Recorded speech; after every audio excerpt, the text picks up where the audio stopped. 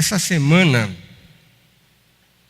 uma pessoa fez uma observação maravilhosa. Ela disse o seguinte: às vezes eu tenho dúvida da minha salvação. Às vezes eu não tenho certeza se eu fui eleito ou não. Eu não vou nem perguntar se já passou isso pela sua cabeça. Será que eu sou mesmo salvo? Será que eu já fui eleito?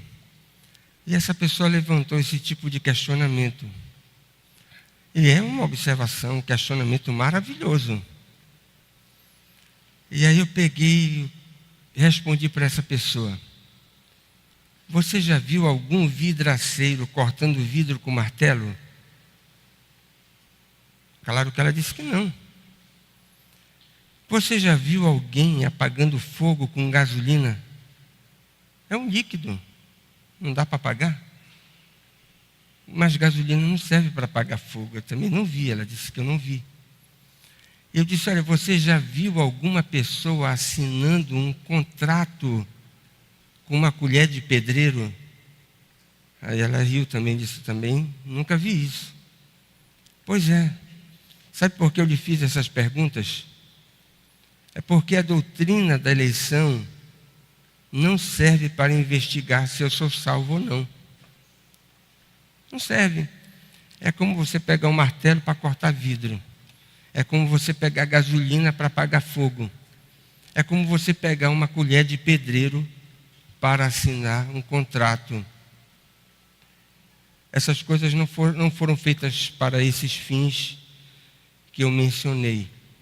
Só tem uma doutrina nesse conjunto aqui maravilhoso, nesse hexágono da graça. Mas tem gente que diz assim: mas eu não gosto de hexágono, eu gosto de octógono.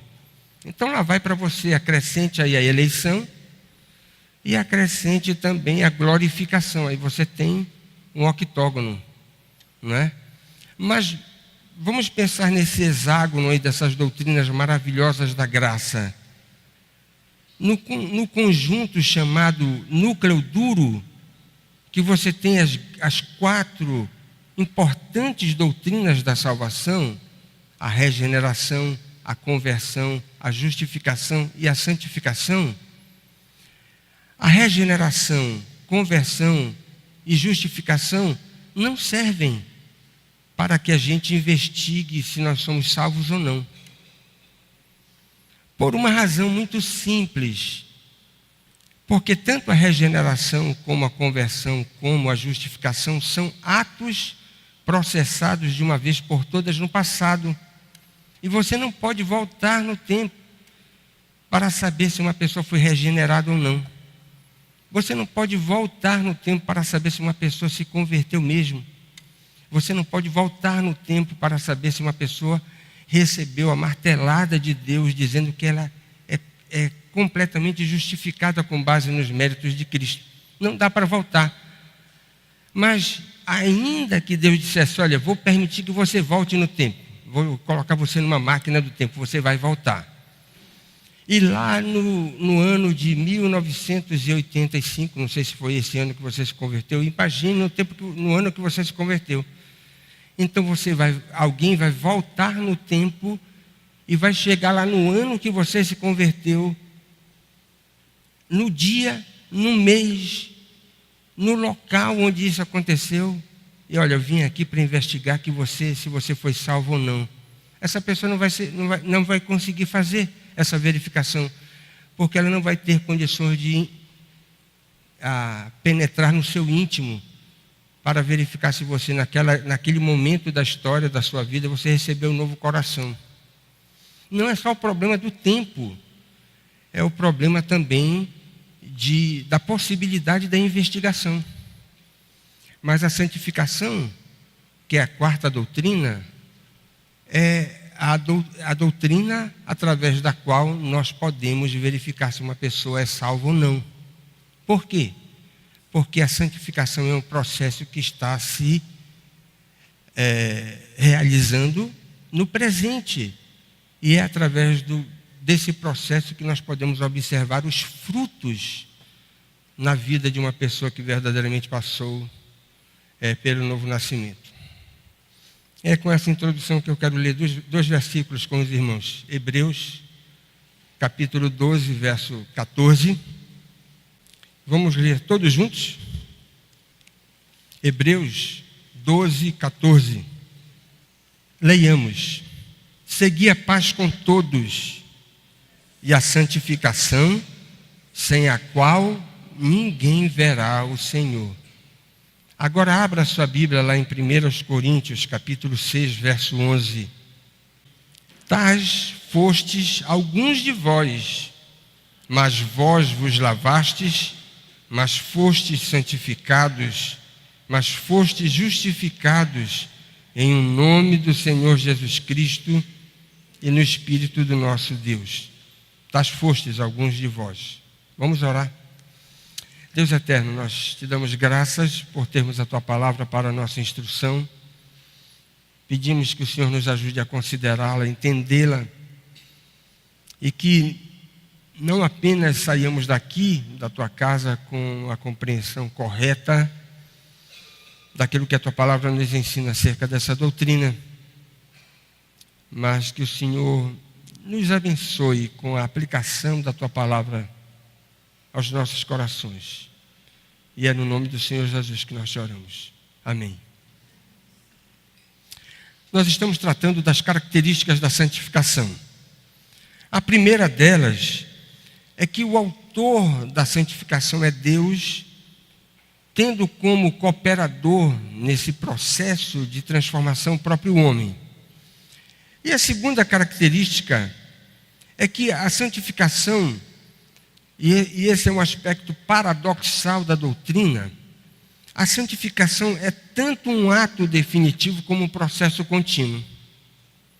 Nas Escrituras, comumente nós encontramos a definição da santificação como sendo uma obra progressiva, operada pelo Espírito Santo, revelando a natureza de Cristo em nós.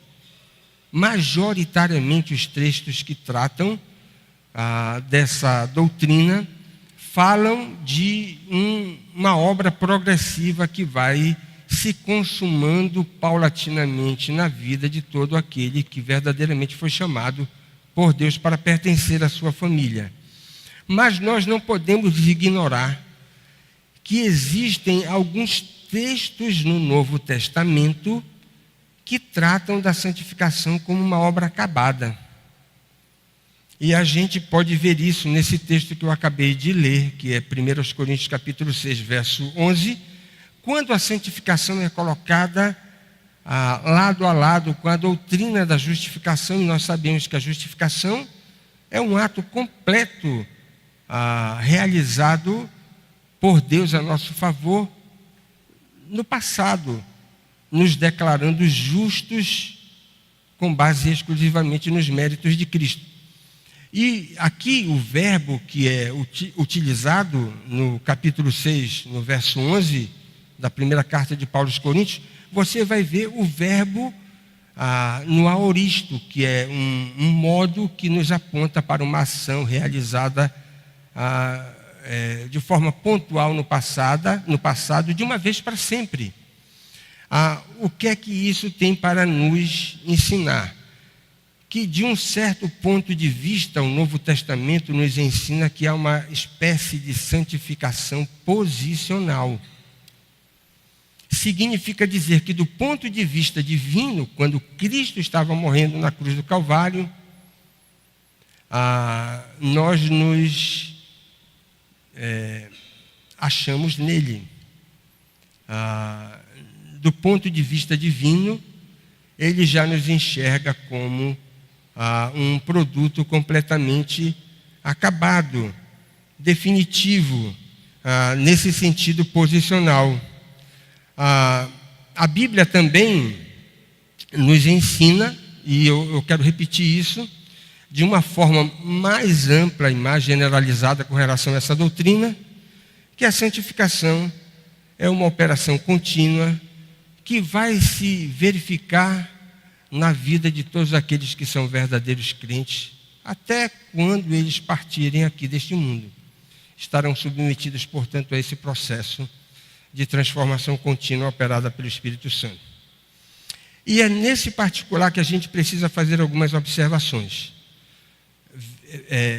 Olhando a santificação como um processo que continuamente é executado pelo Espírito Santo na vida de todos aqueles que são verdadeiros crentes. Primeira coisa que a gente deve entender quando a gente fala de processo contínuo de transformação. Processo contínuo de transformação, a gente pode ilustrar como se fosse uma espécie de metamorfose espiritual. Aqueles que são verdadeiros crentes, quando se converteram, foram matriculados por Deus nesse processo. Não foi uma questão opcional, né, para aqueles que são mais devotados, mais santificados, mas todos aqueles que são verdadeiros crentes estão passando por esse processo de mutação. Segundo o texto de 2 Coríntios, capítulo 3, verso 18, quando o apóstolo Paulo diz que nós somos transformados a cada dia de glória em glória para refletirmos a imagem daquele que é o nosso Salvador, através do nosso comportamento, da nossa maneira de viver. E essas modificações, preste atenção nisso, essas modificações, elas sempre se processam de duas maneiras. Santificação tem o seu lado negativo. Ou seja, todos aqueles que são submetidos ao processo de santificação estão deixando de lado as condutas pecaminosas que estiveram presentes na vida dessa pessoa antes dela conhecer a Cristo. Metamorfose espiritual tem a ver com abandonar aquelas condutas que são contrárias à vontade de Deus e que nós sabemos muito bem e passamos a ter uma clareza muito mais firme quando nós passamos a ter comunhão com a própria palavra de Deus. A Bíblia vai dizendo, olha, esse seu comportamento aqui está errado. Esse outro aqui você tem que abandonar. Isso aqui você tem que deixar de lado. Então, santificação tem a ver com abandono de práticas pecaminosas. Mas não apenas isso. Tem um lado positivo. O lado positivo da santificação é a compreensão, a assimilação e a prática daquelas virtudes que Deus espera que venhamos a vivenciar na nossa própria experiência espiritual. E olha como é que a Bíblia ilustra isso.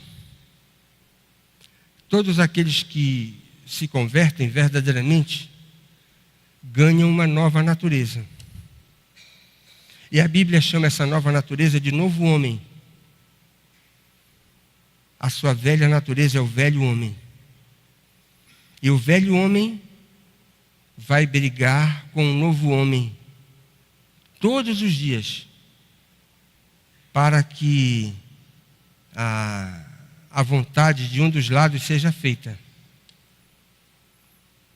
E a santificação, ela se processa quando os padrões da nova vida vencem a cada dia, a cada semana, a cada mês, os padrões da velha vida, que podem ser identificados na conduta do velho homem. Aí a pergunta que não quer calar, Clenison: quem é que você quer que vença na sua vida? O velho homem ou o novo homem? E eu vou responder quem é que vai vencer. Não é quem você quer que vença. Eu vou dizer quem vai vencer na sua vida, se é o velho homem, se é o novo homem. Vai vencer aquele que você alimentar mais. Se você alimentar a sua velha natureza, é o velho homem que vai ganhar, vai passar a perna em você. Se você alimentar o novo homem, é a nova natureza que vai vencer. E vai fazer com que você se ajuste à vontade de Deus. E se ajustando à vontade de Deus, você pode ter esperança, pode ter expectativa de receber as bênçãos que Deus reservou para aqueles que são fiéis a Ele. Irmãos, portanto, santificação não é outra coisa senão esse processo de mutação do homem que passou por uma experiência espiritual, deixando de lado as suas vestes velhas e agora assumindo novas vestes, para que possa se apresentar naquele dia final diante do trono de Deus. Se é um processo, a santificação é uma obra que admite graus. É uma outra observação importante. Parece ser uma coisa muito evidente que nem todos aqueles que são crentes estão no mesmo estágio da caminhada espiritual. Tem gente que está mais adiante, tem gente que está mais atrasada, mas todos aqueles que são crentes, verdadeiramente crentes, estão caminhando, mas estão num lugar diferente da estrada que conduz ao céu. E aqueles que conseguem avançar mais, qual é a explicação? Porque possuem uma natureza diferenciada? Ou porque têm alguns privilégios que outros crentes não têm? Claro que não. Aqueles que conseguem avançar mais celeremente na caminhada espiritual são aqueles que usam de forma mais diligente os meios de graça, os meios que Deus estabeleceu para que nós possamos crescer na vida espiritual. Se nós somos negligentes na utilização dos meios de graça, é claro que nós não vamos crescer tanto quanto gostaríamos, ou tanto quanto seria possível. Nós vamos ter as rodas do nosso carro travadas, por não utilizarmos os meios que Deus estabeleceu para que possamos crescer na graça e no conhecimento do Senhor. Além disso, preste atenção, há épocas em que os crentes parecem crescer mais na vida espiritual. E existem 3 épocas específicas quando os crentes mais crescem. Você quer saber quais são essas épocas? Primeira época que a Bíblia nos diz que há um vigoroso crescimento, exuberante, maravilhoso, tão dinâmico, que parece diante dos olhos da igreja algo surpreendente. É o crescimento espiritual de um novo convertido. A Bíblia diz, olha, é como uma flor maravilhosa desabrochando, e você tem um novo convertido verdadeiramente encantado com as coisas espirituais. A Bíblia chama isso de primeiro amor. Você quer saber uma segunda época quando os crentes crescem mais vigorosamente? Durante os períodos de provação. As dificuldades, os problemas, as lutas, o calor do deserto faz com que aqueles que são crentes dependam mais de Deus, consagrem mais os seus corações para buscar os suprimentos de Deus para esses dias difíceis. Dias difíceis fazem com que crentes cresçam mais significativamente na fé, avancem na santificação.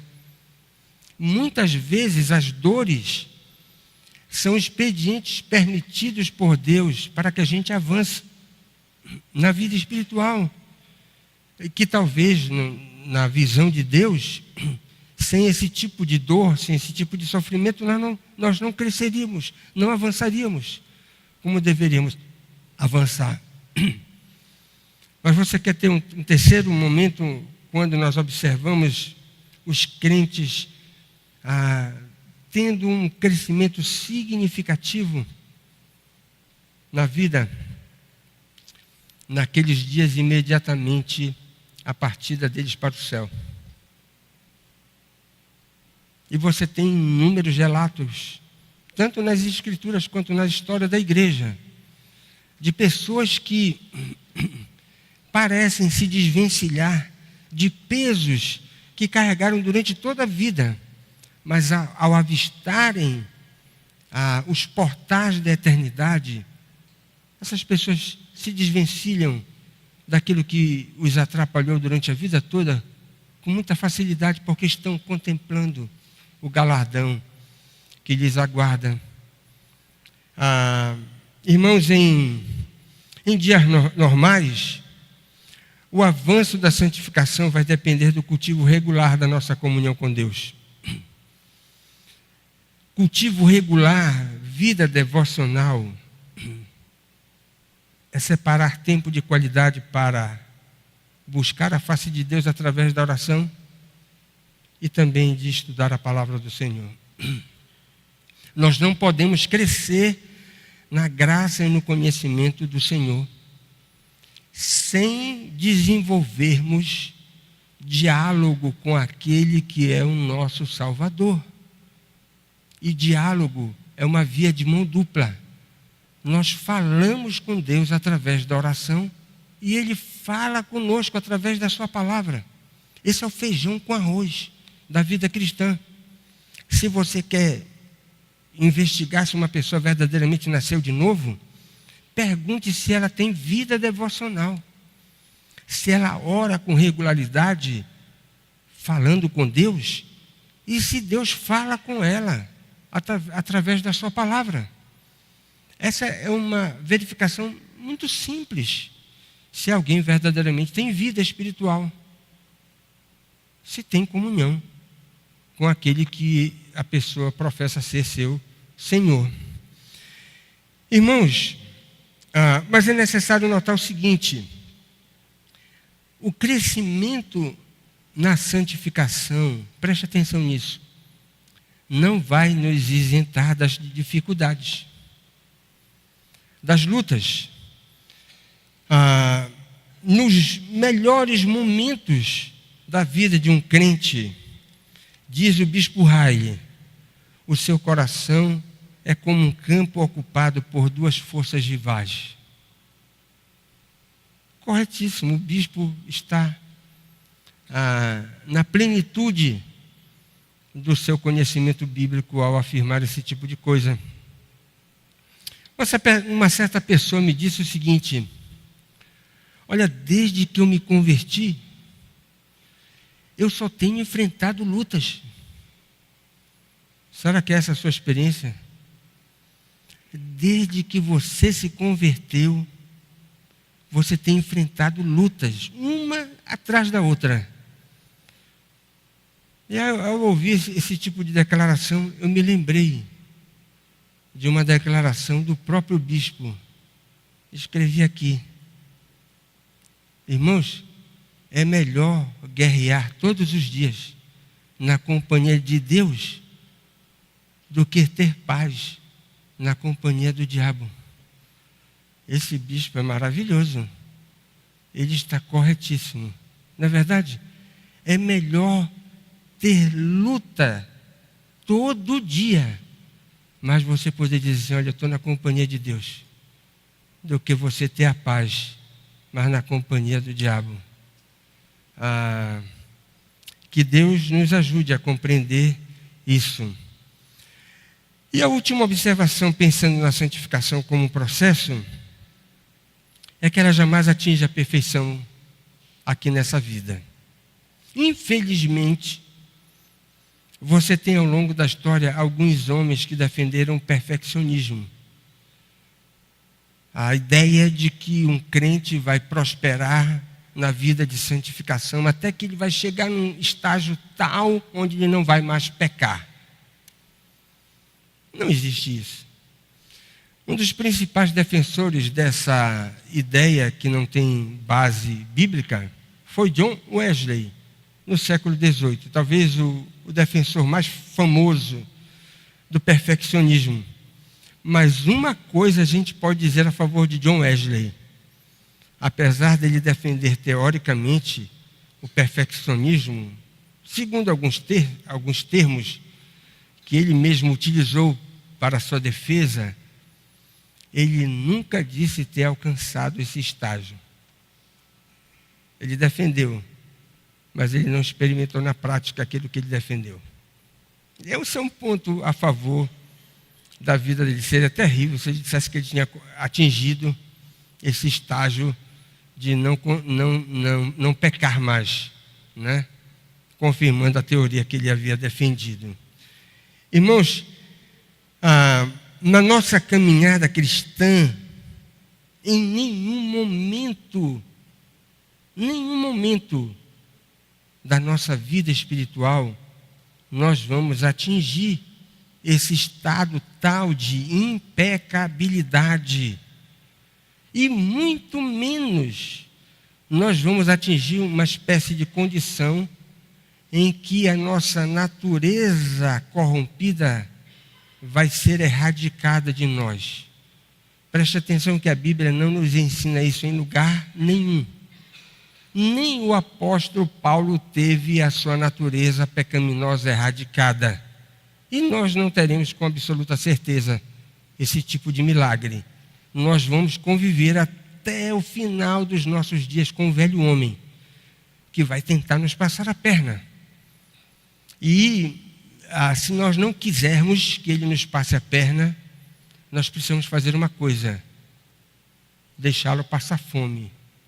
Se você não alimentar a sua velha natureza, ela não vai colocar diante dos seus pés armadilhas para que você possa cair. Portanto, não existe nas Escrituras o ensino de que a natureza corrompida daqueles que se convertem é erradicada. É bem verdade que nós temos alguns textos onde o apóstolo Paulo fala de personagens bíblicos e usa o termo perfeitos. Ele faz isso com Noé, com Jó. Nós temos exemplos relacionados com Zacarias, com Isabel, que muitas vezes são citados por esses que defendem o perfeccionismo, apontando para esses exemplos bíblicos. Mas preste atenção, quando nós encontramos a Bíblia falando de perfeição, ela não está usando o termo no sentido de impecabilidade. Ela está usando o termo no sentido de maduro, de experimentado. Eu quero dar um texto para você, lá de 1 Coríntios, capítulo 2, verso 6, onde o apóstolo Paulo usa o mesmo adjetivo que é traduzido como perfeito, o mesmo adjetivo que é traduzido, que tem o sentido de maduro, em 1 Coríntios, capítulo 2. O verso 6, você tem esse adjetivo sendo traduzido por experimentados. Portanto, aqui nós não temos o sentido de alguém que atingiu a perfeição. Entretanto, expomos sabedoria entre os experimentados, não, porém, a sabedoria deste século, nem a dos poderosos dessa época, que se reduzem a nada. É o mesmo adjetivo que você tem em tantos e tantos textos, onde há a tradução, na nossa versão, a tradução aparecendo como perfeitos. Logo, o adjetivo não se presta para o sentido de santificação plena. E os exemplos que você tem nas Escrituras que podem dar a falsa impressão de que essas pessoas atingiram esse estágio, na verdade a Bíblia está dizendo, olha, são pessoas maduras, que alcançaram um nível significativo de experiência, são experimentados. Não significa agora que chegaram a um patamar onde podem ser considerados como imaculados. Esse sentido você não encontra nas Escrituras.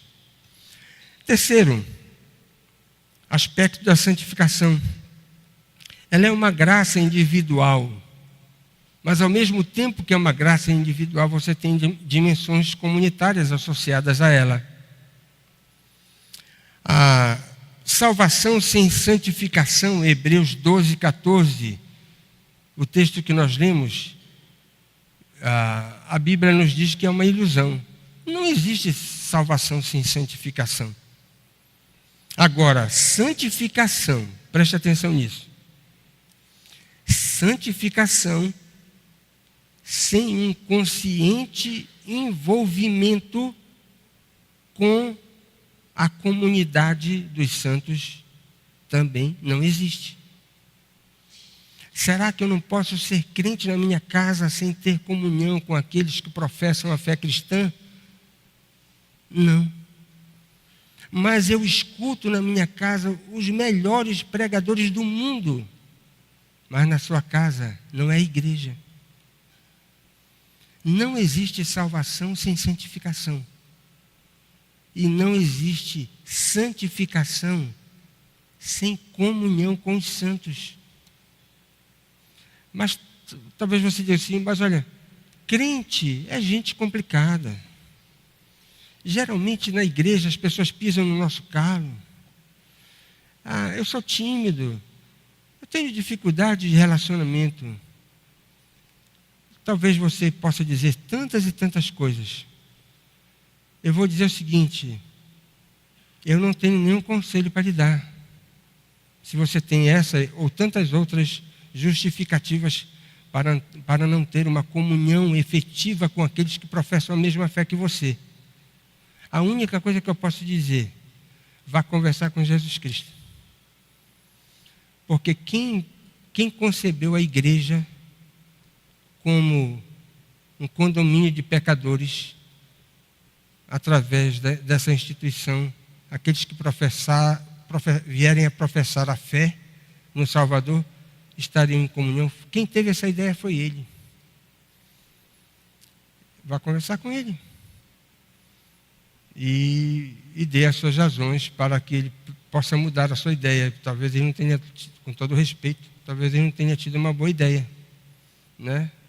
Você ser crente agora em casa, não faz sentido. Irmãos, salvação sem santificação não existe. Santificação sem comunhão com os santos é uma ficção. Com todo o respeito aos desigrejados, eles precisam fazer uma revisão nessa conduta que adotaram, porque não podem ser crentes assim. É contrário àquilo que a Bíblia nos ensina. Irmão, no sentido pessoal, a santificação é uma obra inevitável. Todos aqueles que se convertem são automaticamente matriculados nessa escola. Aí talvez você pergunte, será que eu não posso ficar fora? Deixa o meu nome fora da lista. Esse negócio de santificação é só para quem é mais consagrado, quem tem um pendor maior para o cultivo das coisas espirituais. Eu não tenho. Bem, se você não tem, você não faz parte da família de Deus. Porque todos aqueles que se convertem são automaticamente matriculados na escola da santificação. Mas alguns dizem o seguinte, bem, mas lendo um pouco as Escrituras, nós não aprendemos a partir de 1 Coríntios capítulo 2, verso 14 e 15, de que existe o crente carnal e o crente espiritual. Aí a pessoa diz assim, olha, eu sou ainda um crente carnal. Eu não vou entrar em detalhes aqui na interpretação do texto, mas deixa eu dar para você a conclusão. Não existe crente carnal. A interpretação que faz com que alguns cheguem à conclusão de que existem duas classificações de crentes, aqueles que são carnais e aqueles que são espirituais. Essa divisão não existe do ponto de vista das Escrituras. Além disso, a santificação também deve ser vista como um estado particular intransferível. Aí alguém pode dizer assim, bem, não, eu sou crente, a minha esposa é crente, e ela é mais dedicada à oração, ela é mais dedicada à leitura das Escrituras. Ela crescendo, eu cresço com ela. Maravilha, né? Se isso fosse possível, eu transferia tudo para Léa. Não é possível. Não há nenhum tipo de relação humana, nem a mais íntima, mais profunda que a relação conjugal, possível de nós operarmos transferência de experiência espiritual. Não existe. Um pai não transfere a sua experiência para o filho. Um filho não transfere a sua experiência espiritual para um irmão. E nem um cônjuge transfere para o outro as suas experiências espirituais. O crescimento, portanto, é individualizado. Mas talvez você diga assim, mas a Bíblia não diz o marido incrédulo é santificado no convívio da esposa? E a esposa incrédula não é santificada no convívio do marido crente? Mas o apóstolo Paulo aqui não está falando de transferência, de santificação entre cônjuges. Ele só está dizendo que a família é santa, ainda que apenas um dos cônjuges seja crente. Se um dos cônjuges é crente, nós temos, portanto, uma família santificada. E aquele que é verdadeiramente crente vai influenciar a própria casa e, por causa da sua fidelidade ao Senhor, Deus vai dispensar graças sobre essa família. E esse é o sentido que você tem em 1 Coríntios 7, 14.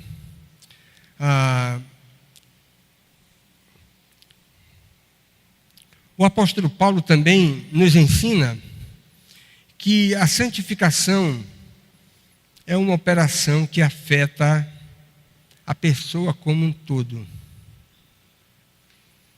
E talvez você fique perguntando o seguinte: muito bem, santificação é aquela operação do Espírito Santo mudando valores, mudando comportamento, fazendo com que determinadas condutas pecaminosas sejam colocadas de lado e determinadas virtudes sejam compreendidas e assimiladas.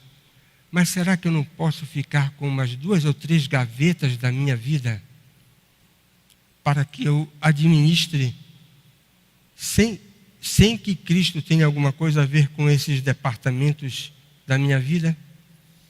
E a resposta é não. O processo de santificação, ele atinge a nossa mente. Ele opera sobre as nossas afeições. Ele move a nossa vontade. Saneia a nossa consciência. Abençoa o nosso corpo. Percebeu bem as 5 dimensões? Mente, coração, as afeições, a vontade, a consciência e o corpo. O processo de transformação espiritual diante do qual o crente é submetido é um processo integral. Atinge todas as suas faculdades e departamentos. Não há possibilidade de você reservar alguma espécie de parte da sua vida para que o Espírito Santo não proceda às devidas operações. No sentido comunitário, deve ser entendido que a santificação não é uma experiência vivenciada isoladamente. Santificação, segundo Rockman, significa muito mais do que simplesmente a feitura de indivíduos santos que vão vivenciar de forma isolada os aspectos individuais da sua experiência espiritual. Do ponto de vista bíblico, a experiência cristã ela é pessoal, mas é alguma coisa que nós compartilhamos com pessoas que também passam por esta mesma experiência. A santificação passa pela descoberta e emprego consagrado dos dons pessoais e também do reconhecimento dos dons alheios. Olha que coisa interessante. Quando nós nos convertemos, Deus nos agracia com dons. E se você viver a vida cristã de forma isolada, como é que você vai usar os seus dons? E como é que você vai respeitar os dons dos seus irmãos que receberam também capacitações espirituais? Por isso que a experiência comunitária é absolutamente necessária, para que a gente possa ter uma administração, um exercício correto dos dons que nós recebemos. Além disso, irmãos, a santificação está relacionada com a amplitude, qualidade e profundidade da comunhão dentro do corpo de Cristo. Isto significa que um dos aspectos mais extraordinários da experiência de salvação, como eu falei hoje pela manhã, a salvação ela vai apertando os nossos parafusos da esfera pessoal, mas os parafusos também da esfera dos nossos relacionamentos. O evangelho que não produz santificação nos relacionamentos não é o verdadeiro evangelho. Escreva isso nos seus anais de sabedoria. Uma pessoa se converteu e agora ela piorou nos seus relacionamentos. Estranho. Uma interrogação. Porque o evangelho nos faz melhores. Não foi isso que aconteceu com o apóstolo Paulo? Ele era inimigo da igreja. E agora ele passou a amar a igreja passou a amá-lo. Olha lá, talvez você quer uma ilustração. Mas olha, preste atenção, talvez você diga o seguinte, mas eu tenho um vizinho insuportável. Talvez você diga o seguinte, olha, eu tenho parentes que estão para lá da linha da possibilidade de se ter alguma espécie de comunhão. Talvez você possa dar inúmeros exemplos. Mas eu vou dar um exemplo para você de pessoas que ao longo de toda a história da humanidade na face da Terra, nunca nós tivemos dois grupos tão inimizados entre si. Não existe nenhuma outra história de pessoas inimigas como essa que eu vou contar para você. E sabe qual é o milagre? O Evangelho fez com que essas duas partes absurdamente inimizadas viessem a ter comunhão uma com a outra. Sabe qual é essa ilustração? O apóstolo Paulo nos dá em Efésios capítulo 3. A inimizade que havia entre gentios e judeus. Nenhuma outra inimizade na história do mundo abriu valas tão profundas de separação como aquelas que existiam entre judeus e gentios. E o apóstolo Paulo, ele diz o seguinte: olha, o Evangelho é o Evangelho, porque ele quebrou a barreira que existia entre judeus e gentios, fazendo com que gentios fossem também coparticipantes das maravilhosas dádivas da salvação. Irmãos, se o Evangelho fez isso com os judeus e gentios, você pode colocar qualquer outro tipo de inimizade que nós podemos dizer com absoluta certeza que o Evangelho é capaz de resolver esses problemas. A santificação também tem a ver com a nossa posição de sensibilidade e também de se importar com as diversas formas de injustiça que se processam tanto no âmbito da igreja como fora dela. E santificação significa também estar comprometido em minimizar o sofrimento alheio e ter aquela compulsão para alcançar aqueles que estão perdidos para a salvação. Você não pode ser indiferente. Quem cresce em santificação, cresce em sensibilidade para com as pessoas que estão sofrendo e principalmente em relação com aquelas que estão perdidas. Então, se você quer fazer uma verificação se você está crescendo na sua santificação, procure observar esses parâmetros, a fim de que você possa verificar em que lugar você está. Irmãos, todas as exortações mais importantes, e eu quero terminar com isso, todas as exortações que nós temos nas Escrituras, mais importantes com relação à doutrina da santificação, elas estão no plural. Você sabia disso? Sede santos, porque eu sou santo. Santificai-vos. Por que no plural? Majoritariamente você tem isso. E a Escritura nos apresenta essas exortações no plural para nos indicar que experiência cristã de salvação autêntica, ela passa pela nossa relação com aqueles que fazem parte da comunhão dos santos.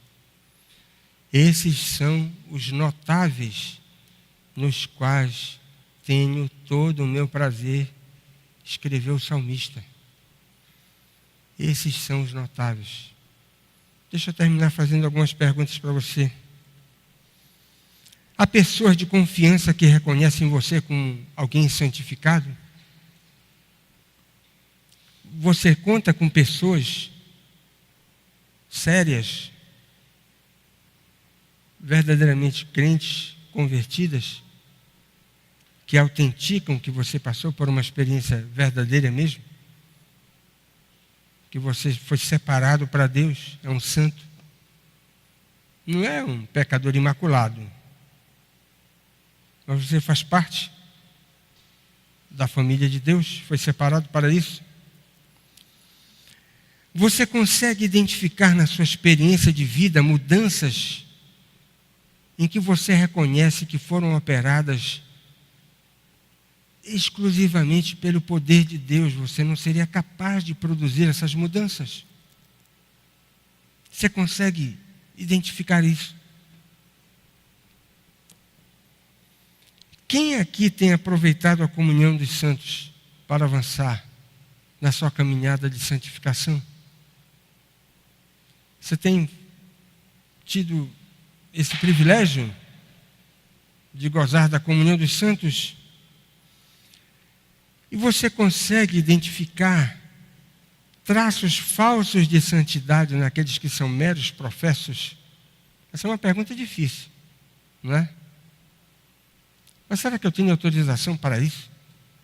Para identificar traços falsos de santificação ou de santidade na vida daqueles que são meramente professos da fé cristã? A Bíblia diz que sim. Nós conhecemos a árvore pelo seu fruto. Né? Pelos frutos conhecereis. É aquilo que Jesus nos ensina no Sermão do Monte. Que Deus nos abençoe na compreensão dessas características tão importantes, bíblicas, da doutrina da santificação.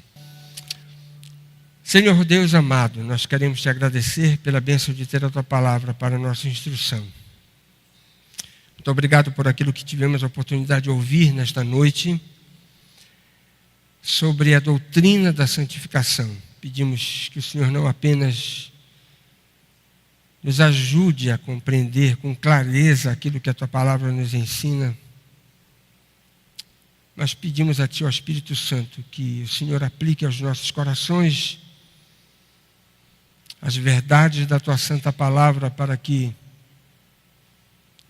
sejamos não apenas reconhecidos neste mundo perdido como pessoas diferentes, chamadas para pertencer a ti, herdeiros da eternidade, pessoas comprometidas com valores completamente diferentes dos valores mundanos, pessoas que são governadas pelos princípios do teu reino. Faz isso, Senhor, através da nossa vida, para que possamos dar testemunho de que o Senhor verdadeiramente operou aquilo que nós não seríamos capazes de realizar em nós mesmos. Pedimos a tua graça, Senhor, sobre todos aqueles que estão aqui nesta noite, aqueles que já são crentes, já foram alcançados pela tua misericórdia, foram transformados pelo teu poder. Pedimos que o Senhor abençoe para que possam crescer mais e mais. E aqueles que ainda não podem dar testemunho de que passaram por essa experiência transformadora, que de alguma maneira o teu poder possa alcançá-los e fazer aquela mudança que só o Senhor é capaz de operar.